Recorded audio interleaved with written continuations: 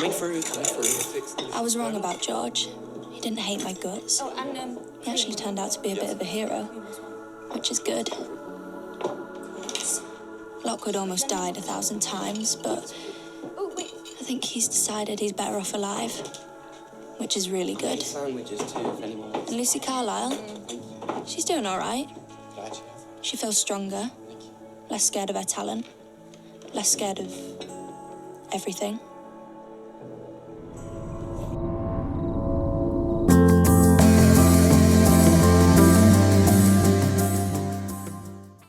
Hello and welcome to Haunting the Narrative. Today we are going to be discussing a question that seems to come up quite a lot in the more literarily minded circles of the fandom, which is Lucy Carlyle an unreliable narrator? Joining me today from sunny, happy Ireland is Mairead. I mean, I am in Ireland and my name is Mairead, that much is true. But one happy thing is that this is us finally completing our set of pair episodes. So we've had all the other possible combinations, and now we finally just get some Lizzie and Mairead action, the two most unavailable members of the pod. Congrats. This is the cryptid episode. I love that we've wanted to do this literally since the beginning, and it's taken us this long to find a time, just the two of us. Yep. And I have to say, it's lovely to be recording again. Since we release episodes out of order, I'm not sure if listeners will be aware that I've basically been gone from the podcast for 2 months. It's been hard. I had an international trip with small children that resulted in a bad case of what was probably COVID, but it was all worth it because I got to meet Nat in person. Yeah. Meeting Natasha in person is always going to be worth it. I'm very willing to hire her services as a tour guide in London for a completely reasonable fee for anyone who's interested. She also has some very cute children. So yeah, totally worth it. All right, so let's get to it. This question we're going to discuss today, we actually tried to record a podcast on this already. It was our very first recording. Yes. It was in our episode about Lucy, and we were going to talk about her reliability as a narrator. And we realized we had just bitten off way more than we could chew, and we had to seriously downscope and rethink and rewrite and re-record that first episode. Downscope. Look at you, Miss Project Manager. Are we meeting our podcast KPIs? Any learnings you want to circle back to? Yeah, absolutely not. Yeah, I'm sorry for those of you who work corporate jobs and were just triggered by that. Anyway, I think the reason that we were thinking about this so much was that when we first set out to start recording the pod, which is like, it's going to be a year in very little time.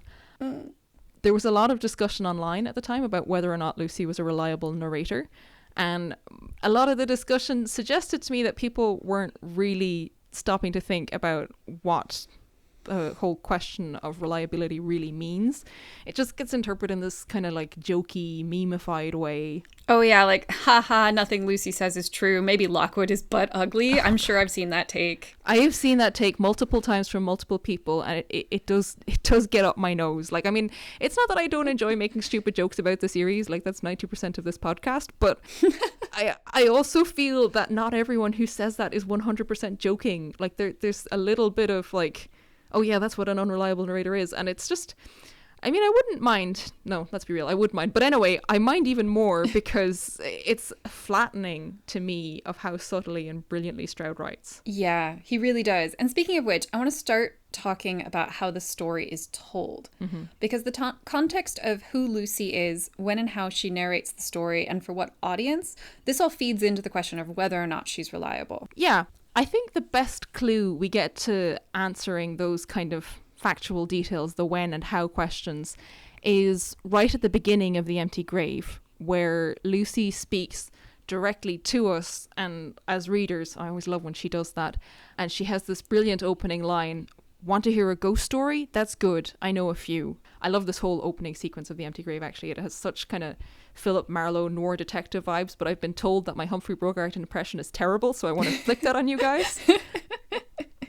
She goes on to like describe a bunch of like these really like amazing sounding cases that we're all hoping Stroud will write into a case book someday. Hint, hint, wink, wink.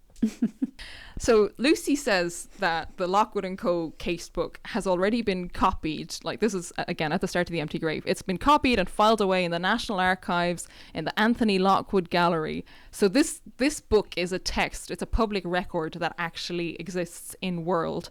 And Lucy in The Empty Grave says that not every case is in there. She says, "There's one that was simply too terrible to be written down at all. You know how it ended, everyone does. The city was already full of it on that last cruel morning, with the rubble of Fitt's house still steaming around the bodies of the lost. But the beginning? No, that's not yet public knowledge. For the hidden story of murder, conspiracy, betrayal, yes, and ghosts, you need the account of one who survived it. For that, you have to come to me. My name is Lucy Joan Carlyle. I talk with the living and the dead, and sometimes it gets so I can't tell the difference anymore. Here it is then, the beginning of the end. Here's me 2 months ago, and I'm physically restraining myself from adding a toots to the end of that sentence because it's so noir."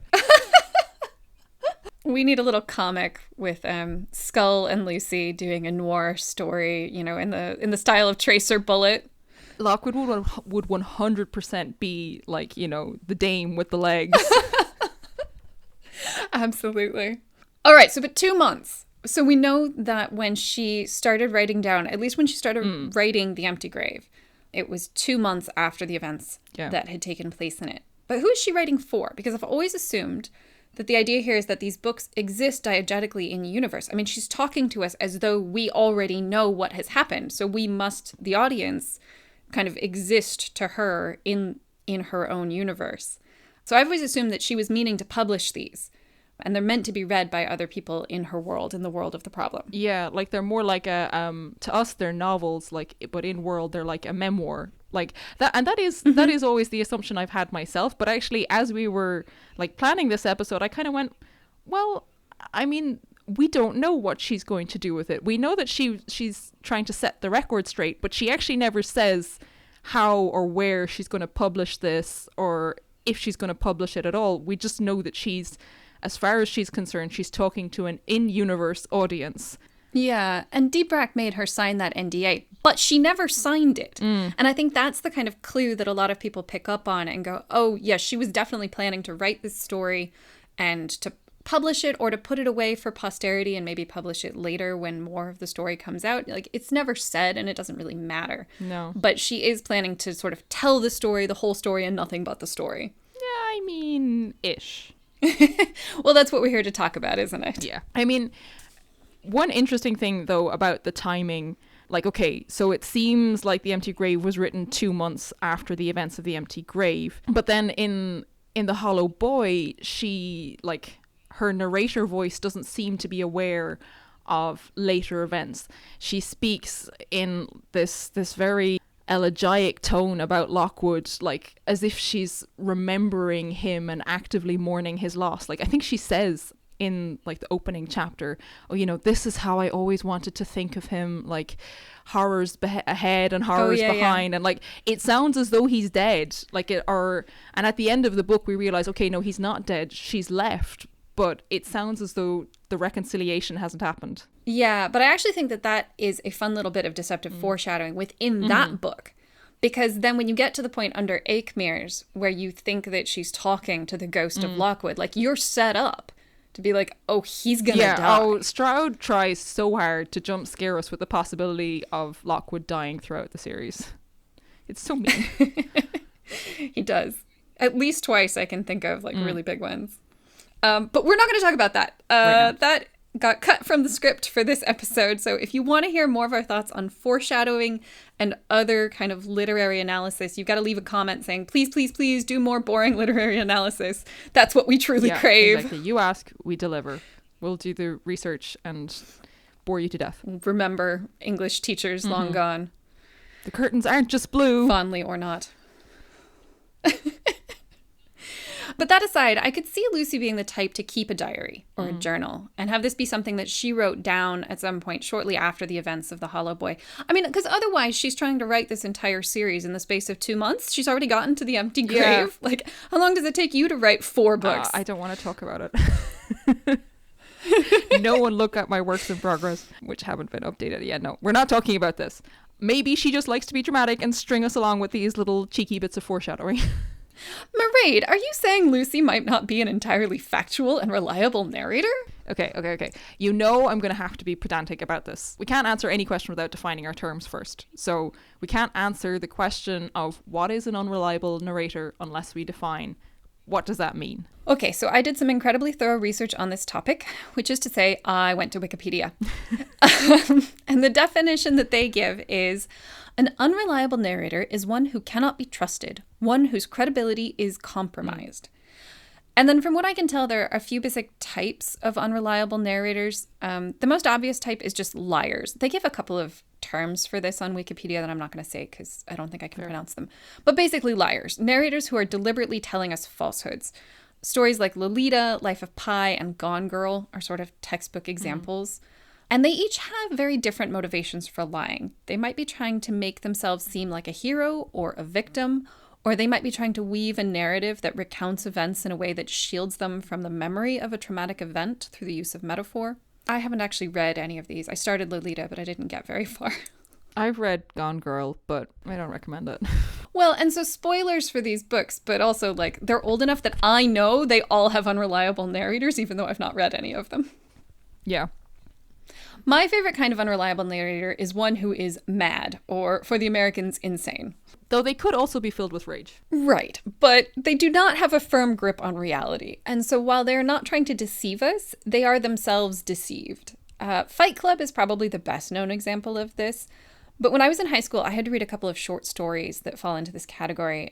My favorite was The Yellow Wallpaper by Charlotte Perkins Gilman, where the narrator sort of leads you to believe that the people in her life are trying to repress her independent spirit by claiming she's mad and locking her away in a country house. And you feel really bad for her until you get to the end. You're like, wait, no, she really is suffering from mental illness and has completely lost touch with reality. They're absolutely right to have her in this house. Another one was The Turning of the Screw by Henry James.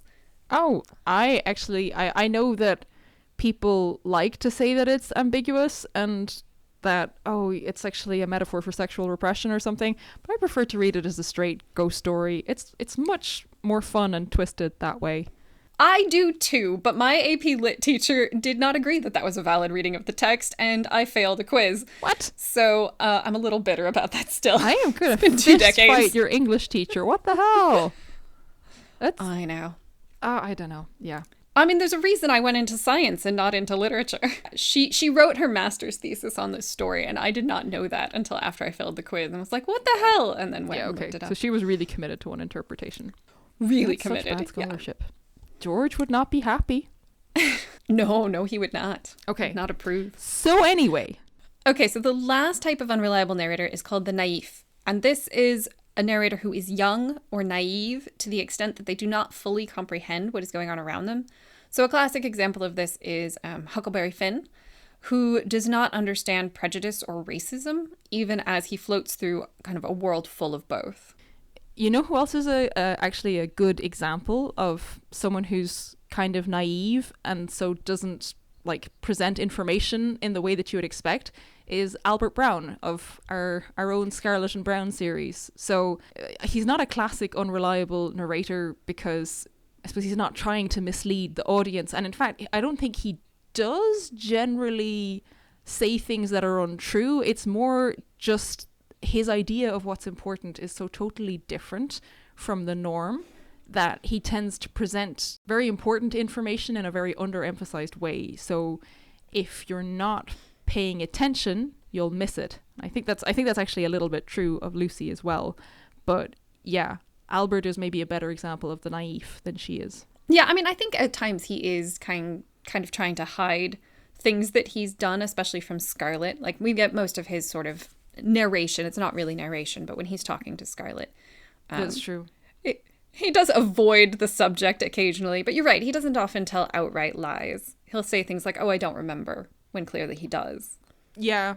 I mean, I think there's a difference between when a character is like very obviously lying to another character and when a character is misleading the reader. I think it would be pretty hard to be misled by Albert in apart from that whole thing of like, you know, there's like little details like the fact that he's wearing prison trousers. I think Nat and I discussed this when we were doing our episode on it. But I mean, the other thing about Albert is that we have something to compare him against, which shows us whether he's being untruthful or inaccurate. We have Scarlett's point of view as well, but we don't actually have that with Lucy. We just have her one voice. Mm-hmm. So it's trickier to determine in Lucy's case, like, how do you decide if, when you only have one narrative voice, how do you determine if that character is an unreliable narrator? But I mean, there are literary devices for this. There's two main ways, like if you're doing like a traditional AP Lit class, there's like your intratextual signs. These are like signals within the text itself that our narrator is unreliable. So maybe if they're like contradicting themselves, or having a trustworthy character contradict them. Yeah, I've actually heard that as creative writing advice as well. Yeah. Like if you're going to have a narrator who says something that's not quite right and you want to signpost it to the audience that what they're saying is wrong or a lie or something, you pick a trustworthy character to convey it. My favorite example of this is in The Usual Suspects. And here's like major spoilers, but this movie is from 1995, so no coming at me. Yeah. And if you haven't seen it, go see it, even with what I'm about to tell you. Or maybe skip ahead 15 seconds and then go watch the movie, because it is brilliant. And the framing device is that there's a detective and he's interrogating a suspect about the events of like the last few days. He's trying to get the story of a failed heist, and the detective doesn't trust the narrator at all. He keeps trying to like poke holes in the story and put pressure on him to like answer questions.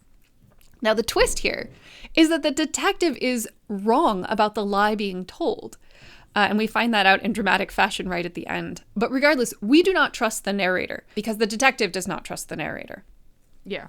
So that's like, so there's the stuff within the text, which I suppose depends on your like sense of the characters. And then there's the extra textual stuff, which would like contradict the reader's general knowledge or... Well, but hang on, because... all fictional stories contradict general knowledge a lot of the time, right? I mean, last I checked, ghosts are not, in fact, invading the British Isles, and I checked quite recently. Well, how do you know Natasha is actually alive? It's true, she's not here today. It's true, she mentioned timelines one too many times, and that was it. No, I think, like, there's the whole aspect of intention here that we have to keep in mind, like what's true within the world that the author has created, and what's the author intending to do with this story. So I mean, yes, there's obviously there are aspects of the story that are outside general knowledge, but there's also like, I mean, I suppose it's not so much general knowledge or so much as like common sense and logic. Like, it doesn't have to be general knowledge in the sense of like, I don't know, historical fact. It can just be your ability to notice when things are being inconsistent. So all of this to say that when it comes to the extra textual stuff, we have to think about not so much, is this realistic? Because obviously ghosts aren't realistic. Well, I mean, I suppose that depends. Some people believe in ghosts.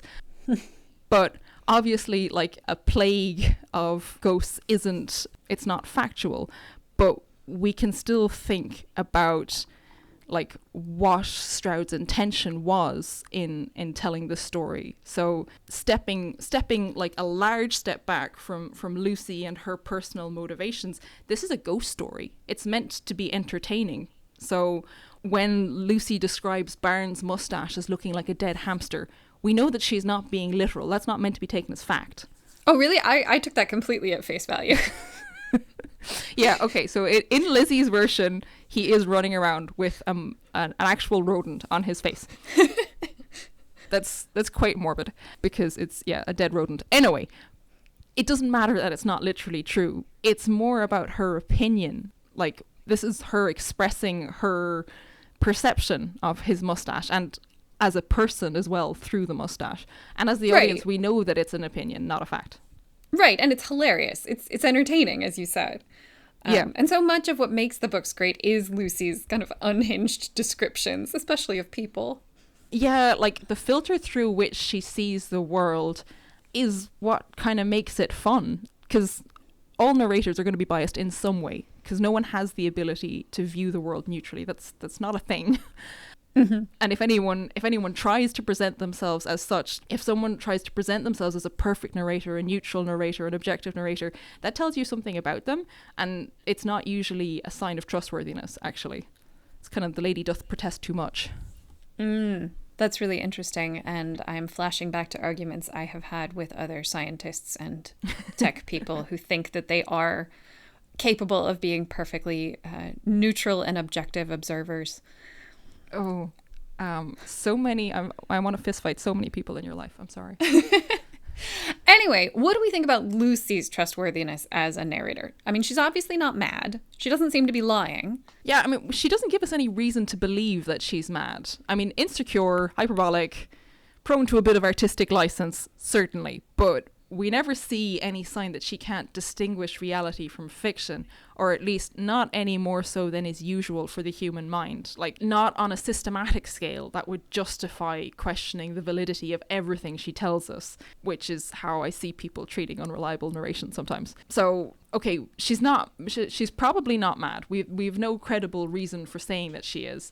But as for the lying, I guess you'd need a credible reason. What would her motivation be for lying? Like, to answer that, we'd have to ask ourselves, what's her motivation for telling the story at all? Well, in that passage you read earlier, she implies that her aim is to reveal a truth that has been obfuscated or perhaps outright buried by the politicians and Deepak and Yupra, some kind of powerful people. So if that's the case, it would not be to her advantage to lie in the story, right? Because if anyone is able to poke holes in it and to show contradictions, then people might throw, her whole story lacks credibility. And if the point is to reveal the truth. Yeah, like, if you're making stuff up, why would you make up, why wouldn't you make up a nicer version of yourself, Like, some of the stuff she tells us is like really embarrassing. Like, she doesn't present herself in a very attractive light in The Hollow Boy. It would be a weird thing to lie about. Yeah, and like, to go back to that kind of external Doyleist perspective, like Stroud's intention in telling the story, the classic ghost story narrator is someone who's experienced something strange and often traumatic, and they want us to know what happened. They want us to know, like, the truth of what they experienced. Right. So straight up lying is pretty unlikely, given the context. But her perspective is definitely limited. There are things she simply can't know, things that she's guessing at. And Stroud generally does not use this to mislead the reader. But there are exceptions to this, and I think people pick up on these and then kind of run with them. But the fact that they're really well signposted, to me, kind of puts them in their own category. I think the most obvious one of these is in The Hollow Boy. She overhears George talking about someone being vulnerable, and then Lockwood saying, she's stronger than you think. And Lucy assumes it's Holly. But we as the audience are able to deduce that they're probably talking about Lucy. I can't remember the first time I read it. I'm pretty sure that I caught that one immediately. That just like, it doesn't say Holly. And she immediately leaps to, oh, they're talking about Holly again. And that just seemed to me like, no, they're more concerned about Lucy right now. And it's confirmed later, I think, because Lockwood, when they're actually in Aikmere's, Lockwood tells Lucy that she's strong. She's stronger than she thinks, really echoing what he told to George. So I think that kind of confirms that. Yeah, but that's kind of the theme of The Hollow Boy, actually, is that Lucy spends that entire book just misinterpreting other people's motivations. True. She's not good with motivations generally, is she? No, I mean, yeah, like to take another example, when Lockwood shows up at her door in The Creeping Shadow, in his new suit with his, like, the charcoal with the purple pinstripe. Oh my God, what, like, talk about a teenager with a budget and no parents. Anyway, but like, she seems to think that he's dressing up really well in his suit to show how well the business is doing.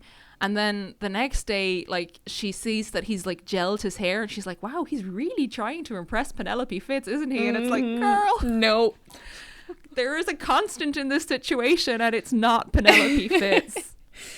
Yeah, well, she has a habit of letting her insecurities sort of color her interpretations, doesn't she? Yeah, I mean, we all do. But I actually think that really helps to humanize her. And it makes sense for a 15-year-old girl to, like, have these insecurities and for it to influence the way that she's interpreting other people's motivations. Not just teenage girls, but, like, yeah, what what 15-year-old has developed enough like empathy and theory of mind to understand the motivations of people around her? Ghosts aside, obviously. It is an essential irony of Lucy Carlyle that she has an easier time identifying and interpreting the emotions of the dead than anyone living, including herself.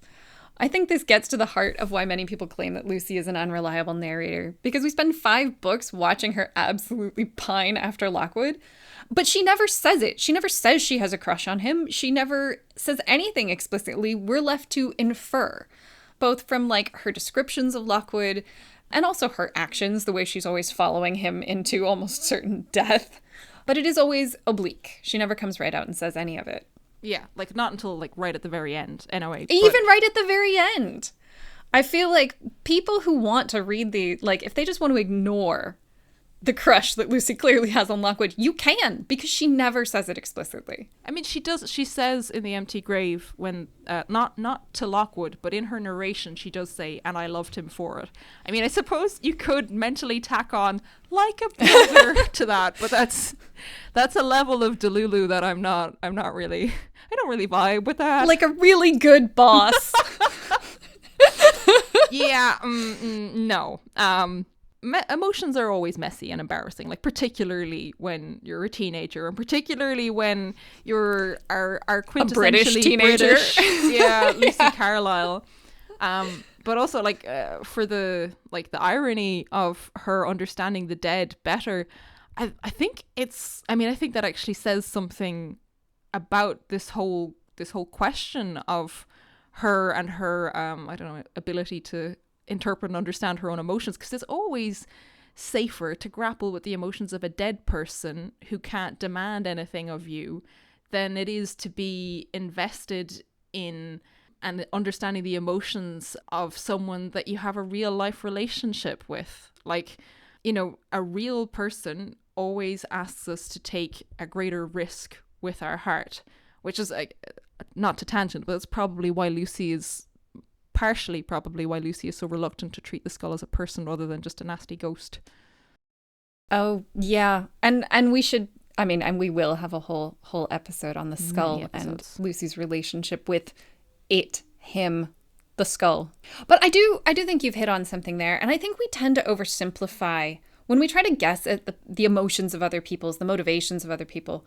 We like try to tell ourselves a story in our head that makes a sort of narrative sense, even when it's a real person. But in the real world, people are much messier than that. We don't always do a good job of imagining other people's internal worlds complexly. Yeah, and we don't even always understand our own internal worlds that well. Like, there's so much like unacknowledged, uncharted territory within every person, like even to themselves.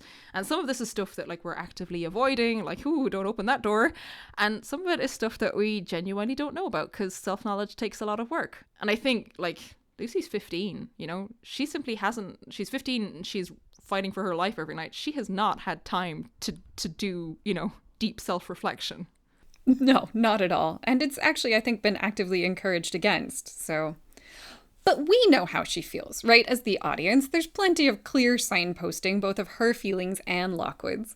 And you guys already went through, you know, Lockwood's top moments of clearly having romantic feelings for Lucy. One of my favorite signals for how Lucy feels about Lockwood, there's so many, and like if we tried to do that as an episode, it would just be 3 hours. But one that I think people don't often think about is the fact that Skull teases her about her crush all the time. And while Skull is maybe not a trustworthy third party, the fact that he knows that this is going to get under her skin and like her reactions to it really paint a picture. But do you think she is in fact unaware of her own feelings for Lockwood? Or is it just that she won't tell us?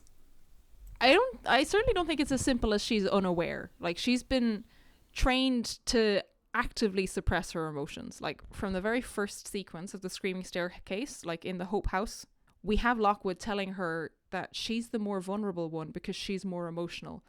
And then the through line of that book is all about how love can go bad, how it opens you up to risk. Like, Annabelle's passionate attachment to Fairfax ends in her dying. And it's a constant theme in the books. It's something that Lucy repeats often, is that, you know, she has to keep her emotions at a distance because strong emotions get agents killed.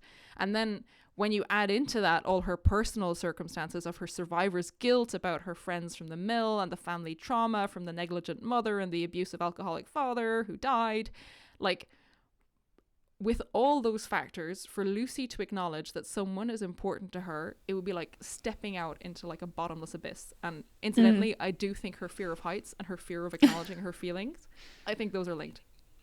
Oh, I like that. And of course, she is willing to jump off of those heights as long as it's with Lockwood. Yes.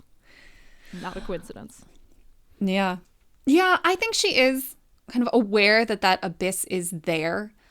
But I think she's in denial about what it all means or how it impacts her decision making. After Lockwood visits her flat in the Creeping Shadow with that beautiful pinstripe suit, she keeps insisting that she's going to reject his invitation to the Ealing cannibal case. And then she suddenly just agrees, kind of out of the blue. Like in the narration, she's going, no, this isn't what I should do. I'm just going to reject him. There's no reason to accept this. And then Lockwood says, there's no one else I'd rather have at my side. And she sort of has this moment where she thinks about how much she misses her old life and her old team. And then she just says yes. Yeah, just like magic. It's a wonderful example, actually, of how sometimes our thoughts and feelings do not follow a straightforward narrative. We can want conflicting things at the same time, and sometimes you just pick something. Yeah. But it's George who later says, you decided to come because it was Lockwood who asked. And she kind of denies it. Yeah, no, like, and she completely makes him angry because he knows that she's lying. Like he even tells her, like, she has to make up her mind about whether she wants them to miss her so that she can feel good that they care, or wants them to have forgotten all about her so that she doesn't have to feel bad about leaving. So she has these emotional conflicts going on beneath the surface, and she really wants to believe that she has them under control and they're not dictating her actions. But they totally are. And they're also, I think they're informing what she reveals in her narration as well. Absolutely. What about Lockwood's feelings? Do you think she's aware of those? I mean, that progresses over time, I think. Like, as she is very, very insecure. So on the one hand, she desperately wants him to have feelings for her. On the other, she desperately doesn't want to admit to that. Like, and in The Hollow Boy, she's kind of in her worst agonies over that because she is convinced they have a special connection and she's on tenterhooks waiting for him to say something about it. But then, of course, that all blows up in her face, and in The Creeping Shadow, she's much more hesitant to interpret his feelings as romantic. And I think even when they're much more overtly romantic. Yeah. So I think partly because of this conflict that they had in The Hollow Boy, but also because it's like, she can't have him anyway. It's safer not to think about it. Like, safer emotionally, safer, and emotional safety is actually keeping you alive as agents. I hadn't really thought about the fact that she spends the Hollow Boy sort of chasing after him, and then he spends the Creeping Shadow sort of chasing after her. Yeah. And then, of course, the Empty Grave, they have each other. They're right there in front of you, and now they don't know what to do with that. Yeah, it's true. It's like, oh, now I have to go forward? What do you mean I have to live for you? What is this? I didn't read the fine print on that one. Oops. Yeah. It's still cute, though. But I think it's not surprising that she's a little wishy-washy and that it does go kind of back and forth. Mm-hmm. Again, with the not being linear or simple. Yeah. And I also want to say this isn't what the story's about, right? There's a reason that we don't really delve into their relationship. It's not a rom-com as much as Meg would like it to be. It's about adventures fighting. I mean, and me. I'll admit it. But it's about their adventures fighting ghosts, right? It is a ghost story. Mm-hmm. It is an adventure story. And it's about, children and found family and a lot of things besides romantic relationships. And for Lucy, it's about telling the world what really happened. If we assume that her narrative audience is, the entire world, it makes sense that she wouldn't want to go into great detail about her teenage romantic foibles. Yeah, and Lockwood is kind of a media personality by the end of the Empty Grave. He's getting his famous style profile. He has a gallery named after him. So that's a really good in-world Watsonian explanation for why she would obscure her feelings, because she would essentially be doing a tell-all for the tabloids otherwise. So I think as a person who exists in the universe that she does, she has compelling reasons for not being direct about her love story with Lockwood. Although one thing I do love is the way she often reports her physical reaction to events rather than making any claim to emotion. So she doesn't say, I was upset. She says her stomach lurches or it rumbles. Oh, yeah. Her eyes going hot when Yeah. Lockwood says that thing that makes her really upset. Yeah, there's a lot of showing over telling. This is what I mean about the subtlety of Stroud's writing. There's a lot that he doesn't just tell us because it's not possible for Lucy to know, or it's not actually realistic for her to be in a place where she might acknowledge like this particular emotion, or, you know, it's logical that she might not want to admit to the world that, yeah, I was crying over a boy on a job at age 15. But none of this is the same as being completely unreliable. So is that your final answer to the is Lucy unreliable question? I mean, we've gone back and forth a bit. It doesn't seem like it's completely black and white. Yeah, no, totally. It does depend. Because just because she's unreliable in some contexts doesn't mean that it's like a sensible or particularly deep reading of the text to then leap to the idea that nothing she tells us is true. Or to assume, for example, that since Lucy has a really strong bias against George early on, okay, all her descriptions of him and his flaws are wildly exaggerated. Like, I have seen people saying, oh, she's so biased and she's such a hater. I don't believe that George is actually the annoying slob she makes him out to be. And like, undoubtedly, he definitely annoys her personally, and that does affect how she describes him. But he also very clearly annoys other people. Like, he really gets under Lockwood's skin sometimes. Most memorably in The Whispering Skull, when, you know, they come in after like getting beaten up by Winkman, sort of, and Lockwood's in his Hawaiian shorts, and they come in and George is like slow roasting the skull and in the oven. And Lockwood's like trying to give out to him, and George is like, I'm sorry, I can't hear you over your shorts. So like, unless Lucy like is making up that entire interaction, George is genuinely quite annoying. And like, Lockwood also says that George sometimes he only has to look at people to start fights.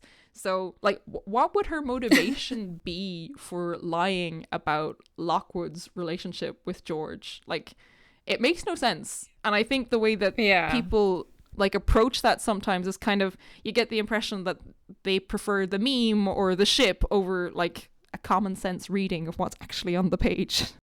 Right, and I think it's a really essential part of George's character that like he doesn't care about appearances, except for Lockwood shorts, which are making his eyes bleed.